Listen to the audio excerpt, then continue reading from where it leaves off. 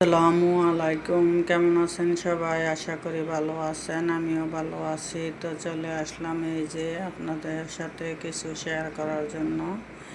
আমি আজকে কি রান্না করব আপনাদের সাথে শেয়ার করব। তো প্রথমে চলে আসলাম, আমি আজকে মাছ বোনা করব টমেটো দিয়ে, রুই মাছ। তা আমি আগে এই মাছটা ভাজিয়ে নিছি, এখন মশলা কষাইতেছি, মানে মশলা দিতেছি, কষাবো সব মশলা দিয়ে দিলাম। হলুদের গুঁড়া, মরিচের গুঁড়া, তো এখানে সব একে একে সব মশলা দিয়ে দিব। আর আমি আজকে ডাল রান্না করব, মুসুরির ডাল পাতলা, আর রান্না করব ছোটো আলু, দেশি আলু দিয়ে উস্তা ভাজি। তো আপনাদের সাথে তাই আমি আজকে শেয়ার করব। আর আমি প্রতিদিন যা খাই তাই আপনাদের সাথে শেয়ার করি। তো নিত্য দিন যাই আমাদের ঘরে রিজিকে আছে তাই আমি খাই, তাই আপনাদের সাথে শেয়ার করি। তো এখন আমি মশলা কষাইয়া এখন টমেটো দিয়ে দিব। আমার মশলা কষানি শেষ, তো এখন দিয়ে দিতেছি আমি টমেটো। এই যে, তো টমেটোটা কষাইয়া তারপরে আমি দিব। আর টমেটো গলে গেলে তরকারিতে আমার কাছে ভালো লাগে না, টমেটোটা একটু আস্তে আস্তে থাকলে আমার কাছে খুবই ভালো লাগে। তো আপনাদের কাছে কার কার কাছে টমেটো আস্ত ভালো লাগে কমেন্ট করে জানাইবেন। আর আমার কাছে তো ভালো লাগে, তা আমি যেভাবে খাই সেভাবেই আপনাদের সাথে শেয়ার করি। তো হ্যাঁ, এখানে বলতে পারেন আমার কড়াইটা এরকম, আমার কড়াইগুলি এগুলা ডালাইয়ের কড়াই, অনেক বছর হয়েছে এই কড়াইগুলি, একদম রাঁধতে রাঁধতে মনে করেন কালো হয়ে গেছে। এই যে, আর এই আমার মাছের তাওয়াটাও মনে করেন কি এটাতে এত সুন্দর মাছ ভাজলে উঠে, একটুও লাগে না। এই জন্য আমি এই কড়াইগুলি ফালাই না। আর এই জিনিসগুলি খুবই ভালো, আর এটাতে মাছ ভাজতেও খুবই সুন্দর তাওয়াটাতে। আর এই কড়াই, ডালাইয়ের কড়াই এগুলা আমার না হইলেও এই কড়াইয়ের বয়স হইব 10 থেকে 12 বছর।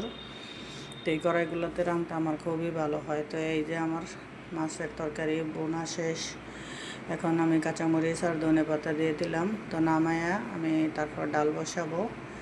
তো ডাল রান্না করে তারপরে আমি উস্তা ভাজি করব। তো কেমন হয়েছে আমার তরকারির কালার, আপনাদের কাছে ভালো লাগলে কমেন্ট করে জানাইবেন। আর সবার দাওয়াত রইল, আসবেন, আইসা খাইয়া যাইবেন। এই যে আমার তরকারি কালার। তো এখানে ডাল বসাইছিলাম, এখন ডালটা আমি সিদ্ধ হয়ে গেছে, ডালটা গুঁড়বো, গুঁড়টা তারপরে আমি বাগার দিয়ে তারপরে আমি ভাজিটা বসাবো। মানে একই কড়াইতে আমি তাওয়াতে মাছ ভাজি, আবার এখন ডাল বাগার দেব, আবার ওইটাতেই আমি ভাজি করব। তো এই জন্য একে একে একটা একটা করে আমি বসাইতেছি। এই যে আমার ডাল বাগার দেওয়া শেষ। এই যে এখন নামাই নিব, ডাল দিব, উস্তা ভাজি করব। তো এখন ফলের মানে এত দাম বলার বাইরে, ফলের কাছে একদম হাতই দেওয়া যায় না। মেয়ের জন্য ডালিম আনতে গেছিলাম, ডালিম 580 টাকা কেজি। তারপরে ডালিম নিয়ে আসলাম, আর 3টা ডালিমে 1 কেজি হয়েছে। তার মধ্যে একটা ডালিম একদমই কাটছি, পুরা ভিতরে একদম নষ্ট হয়ে গেছে ডালিমটা।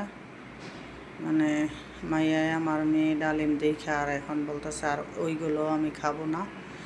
তো আমি বলছি একটার ভিতরে নষ্ট হয়েছে দেখে যে সবটির ভিতরে নষ্ট হইব এমন কোনো কথা নাই, আমি তোমাকে কাটটা খাওয়াই দিতেছি। তো এখন মায়া বলছে যে ঠিক আছে, তাইলে তুমি কাটো, কাটটা আমারে খাওয়াই দিও। তো এখানে আমি বাজি বসাই গেছি, তা আমি বাজিটা উঠাই নিয়ে আসি, তারপর তোমাকে আমি দিব খাওয়াইয়া। এই যে কাটলাম, তো দেখেন এটা ভালোই পড়ছে। তো সবাই ভালো থাকবেন, সুস্থ থাকবেন, আর ভিডিওটা ভালো লাগলে সবাই পাশে থাকবেন।